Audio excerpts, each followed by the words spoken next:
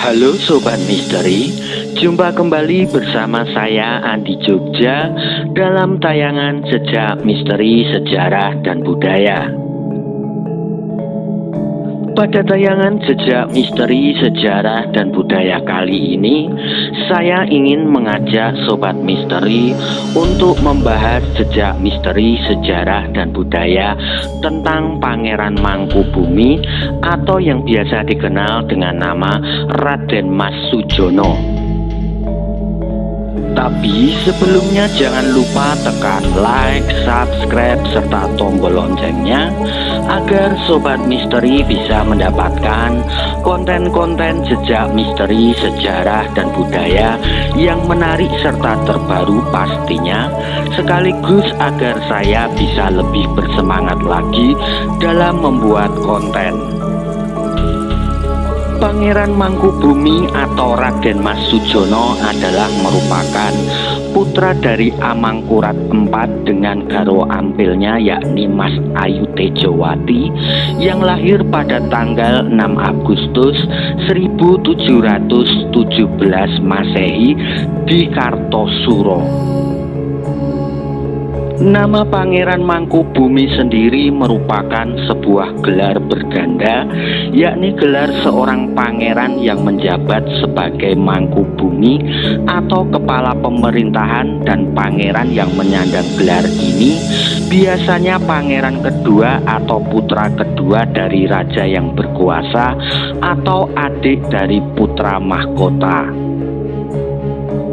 Namun apabila putra kedua tidak ada, maka akan dijabat oleh putra dari garwa ampil atau adik dari raja yang berkuasa, dan gelar Pangeran Mangkubumi ini biasa dipakai di kalangan kerajaan yang ada di Pulau Jawa serta merupakan jabatan paling tinggi di bawah raja. Pangeran Mangkubumi adalah pendiri Keraton Kasultanan Mataram Ngayogyakarta Hadiningrat, sekaligus sebagai peletak dasar budaya Mataram yang memberi warna dan ruh bagi lingkungan keraton serta seluruh masyarakat Yogyakarta. Raden Mas Sujono atau Pangeran Mangkubumi sejak dari kecil dikenal sangat pandai dalam olah keprajuritan, mahir berkuda dan bermain senjata, serta beliau juga sangat taat beribadah sembari tetap menjunjung tinggi nilai-nilai luhur kebudayaan Jawa. Karena berkat kecakapannya tersebut, sewaktu sang paman bernama Mangkubumi meninggal dunia pada tahun 1730 Masehi, kemudian Raden Mas Sujono diangkat menjadi pangeran lurah atau pangeran yang dituakan di antara putra raja yang lainnya. Ketika sudah beranjak dewasa, Raden Mas Sujono pun kemudian menyandang gelar nama yang sama seperti pamannya, yakni Mangkubumi, dan sejak itu beliau dikenal dengan nama Pangeran Mangkubumi. Ketaatan ibadah Pangeran Mangkubumi pun bisa digambarkan dengan seringnya menjalankan ibadah sholat 5 waktu dan sering melakukan kebiasaan puasa sunnah Senin Kamis serta mengaji dan membaca Al-Quran. Di dalam serat Cebolek dikisahkan bahwa Pangeran Mangkubumi gemar sekali mengembara dan memberikan pertolongan kepada orang-orang yang lemah. Dengan pendekatan yang dilakukan oleh Pangeran Mangkubumi kepada masyarakat dengan telaten dan dengan hati yang lembut, membuahkan kesetiaan dari para pengikut-pengikutnya. Jadi tak mengherankan jika para pengikut Pangeran Mangkubumi pun mencapai ribuan orang, dan hal tersebut terbukti pada saat melawan VOC pada tahun 1746 Masehi. Ada sebanyak 3.000 pasukan yang siap mengangkat senjata bersama Pangeran Mangkubumi.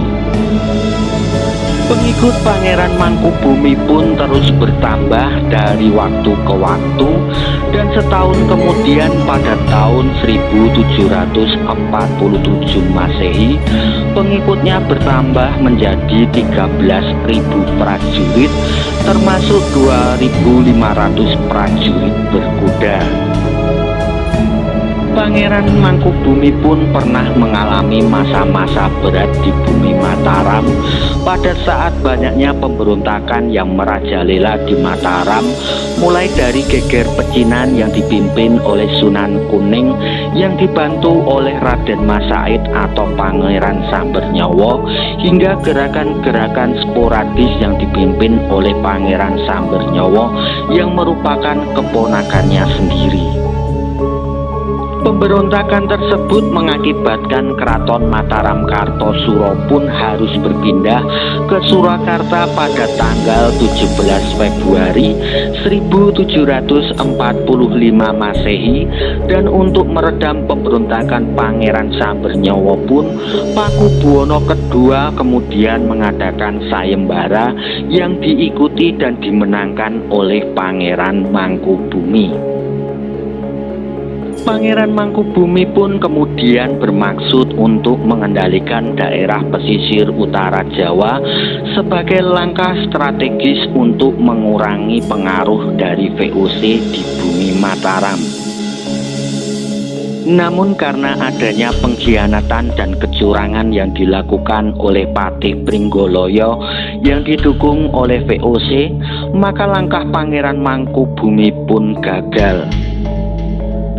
Kemudian Pangeran Mangkubumi pun memutuskan untuk keluar dari lingkungan istana dan memulai serangan terbuka terhadap VOC, serta keputusannya tersebut pun menuai dukungan dari Pangeran Sambernyawa.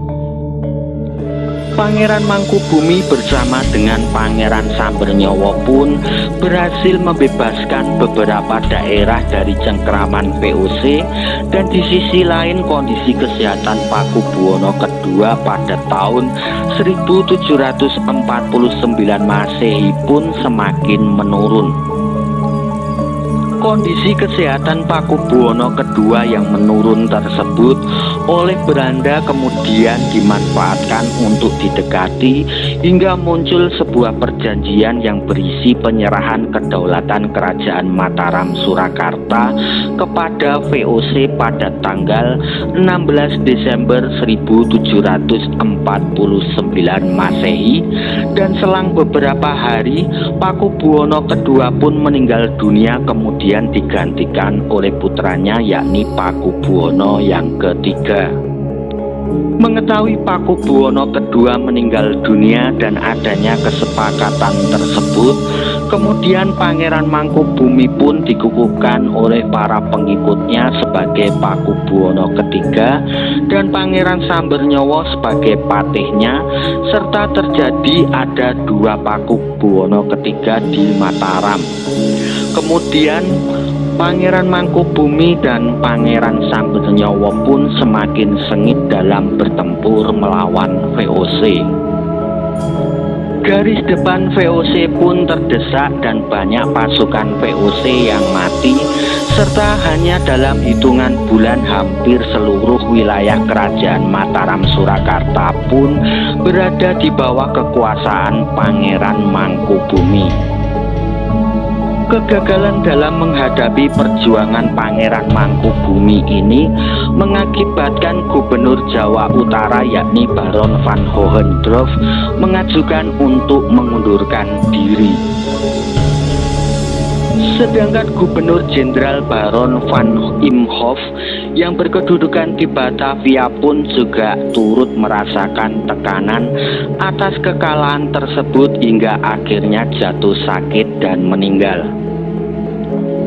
Kemudian kepemimpinan Gubernur Jawa Utara diserahkan kepada Nicholas Harting yang memiliki perubahan kepemimpinan VOC dalam menyelesaikan masalahnya.